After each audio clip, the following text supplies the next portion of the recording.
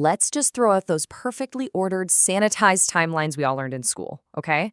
Because the actual story of humanity, it's messy, it's bizarre, and it's utterly chaotic. Welcome to this explainer. To give you just a quick taste of what I mean, back in the 1830s, a guy named Dr. John Cook Bennett successfully marketed tomato ketchup pills, yes, pills, as a totally legitimate medical cure for diarrhea and indigestion. Literally, your favorite French fry dip was once a prescribed medication. So that brings us to a pretty wild question. What on earth do Dr. Bennett's ketchup medicine, a terrifying volcanic winter that completely blotted out the sun in 536 AD, and a literal nuclear near-miss triggered by a wild animal all have in common? Well, they are all pivotal, mind-bending chapters in the incredible story of human survival. Today, we're taking a ride through a historical gauntlet that is absolutely going to shatter your perception of the past. Okay, let's dive right into this. We'll be hitting 5 main stops today. First, the absurd everyday past. Second, timelines that break reality. Third, the worst years to live. Fourth, when the world almost ended. And finally, how we survived it all. All right, starting off with Section 1, the absurd everyday past, focusing on history's weirdest habits. You know, the daily lives of our ancestors were way weirder and honestly way grosser than the history books like to admit. Those 1830s ketchup pills, just the tip of the iceberg. Imagine living in ancient Egypt. Your morning routine would literally involve scrubbing your teeth with a super abrasive paste made out of crushed eggshells, powdered ox hooves, and ash. Fast forward to ancient Rome. Their public toilets were actual social hubs. Citizens would sit side by side, chatting about politics mid-squat. And yes, they all shared a single communal sponge on a stick instead of toilet paper. No, thank you. But my absolute favorite everyday absurdity? Medieval Europe. They considered animals to be moral actors. If a pig harmed a child, they would formally drag that pig into court, put it on trial, and hang it. They even went so far as to excommunicate rats for spreading the plague. You just can't make this stuff up. Moving right along to Section 2, timelines that break reality, where history is totally out of sync. We really love to organize history into neat, sequential little boxes, don't we? But when you compare dates on a global scale, those boxes completely fall apart. For instance, we tend to think of the Aztec Empire as this incredibly ancient civilization, right? And Oxford University as a pillar of the modern, sophisticated academic world. But get this, teaching at Oxford actually started in 1096. The Aztec capital of Tenochtitlan wasn't even founded until 1325. I really want you to let that marinate for a second. Students were literally sitting in lecture halls in England, reading texts centuries before the Aztec Empire was even established. And this brilliantly illustrates just how warped our sense of ancient history really is. Take Cleopatra. She was born in 69 BC. By the time she was sitting on the throne, the Great Pyramid of Giza was already over 2,000 years old. Let that sink in. That means Cleopatra lived closer in time to the 1969 Apollo 11 moon landing than she did to the construction of the very pyramids she rolled over. Ancient Egypt was literally ancient history to the ancient Egyptians. It's wild. And if you want a perfect snapshot of technological dissonance, just look at the year 1843.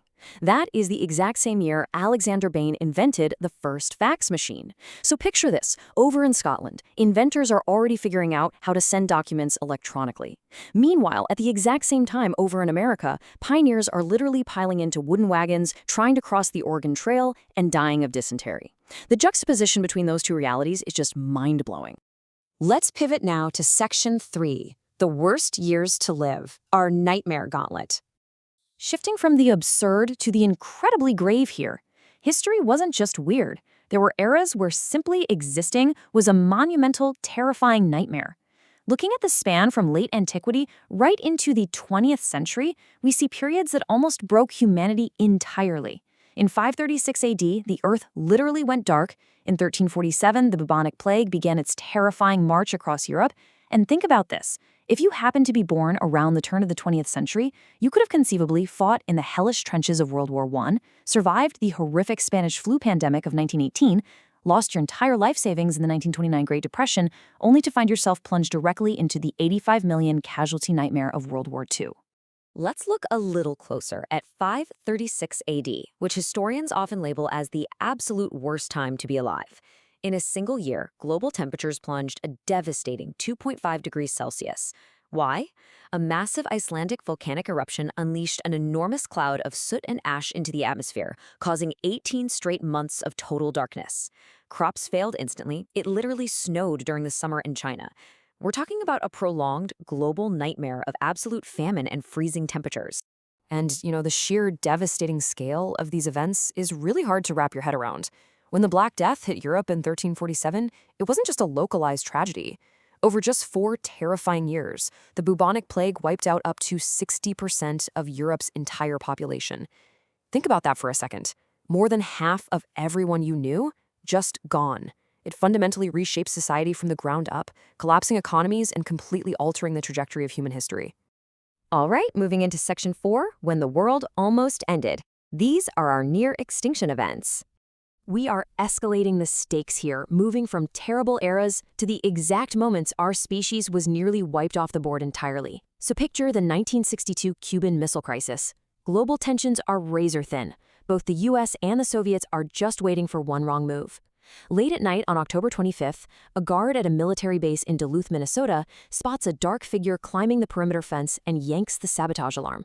Because of a crazy wiring error, this triggers a full launch alert at a nearby base in Wisconsin. This prompted pilots to literally start taxiing nuclear-armed jets onto the runway. Just minutes before takeoff, they discovered the Soviet saboteur was actually just a black bear wandering the fence line. A bear! A bear almost ended human civilization. Then there's this one. 3 years before the American Civil War, the Earth was hit by the Carrington Event, a massive solar flare. It was so incredibly intense that auroras could be seen near the equator.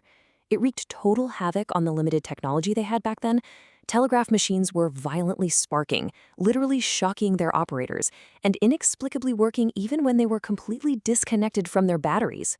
Why does this matter to us today? Because if a Carrington-level event hit our modern, hyper-connected world right now, it would completely fry global power grids, cause trillions of dollars in damage, and plunge us into a potential decade-long blackout. So the crucial point here is that these moments remind us just how profoundly vulnerable we are. 66 million years ago, a 19-kilometer-wide asteroid slammed into the Yucatan Peninsula. The Chicxulub impact was essentially a 100 million megaton explosion. It triggered global earthquakes, massive tsunamis, and a thick atmospheric dust cloud that totally blocked out the sun. It instantly wiped out 75% of all life on Earth, including the dinosaurs. It is a stark, terrifying reminder that sudden, total extinction is a very real mechanism of our planet. Let's move to our final section and see how this all builds together. Section 5, How We Survived It All, looking at humanity's resilience. Despite the plagues, the bears, and the giant asteroids, humanity is still here. But how? How did our soft, squishy ancestors actually run this relentless historical gauntlet? Well, survival wasn't a given. It was a grueling, painful evolution. Back in the Stone Age, humans were purely nomadic. Survival basically meant relying on extreme physical endurance, running for days on end, and spending literally every waking hour hunting or gathering with rudimentary obsidian axes. But then, look at the massive societal leap during the Bronze Age. We transitioned to permanent agricultural settlements. We finally stopped running, and we started building. 2 massive, absolute game-changer innovations made that happen: metal forging and the wheel. By ditching fragile stone for copper and bronze, we created durable tools that actually lasted. And by inventing the wheel, we mobilized society, connecting distant settlements through trade. Suddenly, not every single person had to be a hunter. We could have farmers, artisans, and experts. This job specialization meant humanity could finally pool its knowledge and completely accelerate its dominance over the environment. For the first time, we actually had a fighting chance. Which brings us directly to you, right now watching this explainer.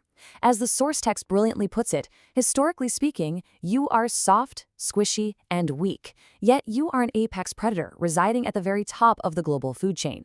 Every single day of human history was an intense, brutal fight for survival against freezing winters, rampant diseases, and near-extinction events. All of that struggle, all of that brilliant innovation was the ultimate price paid by thousands of generations, just so you could have the absolute luxury of sitting comfortably on your couch today, ordering food from a supercomputer in your pocket. So I want to leave you with this final thought to really ponder. Considering the insane, chaotic, and frankly beautiful gauntlet humanity ran just to reach this modern moment, what do you think our history is going to look like 1,000 years from now? I mean, what absurdities of our daily life right now will future generations look back on and laugh at? Keep learning, keep questioning, and please, never take this squishy, comfortable modern life for granted.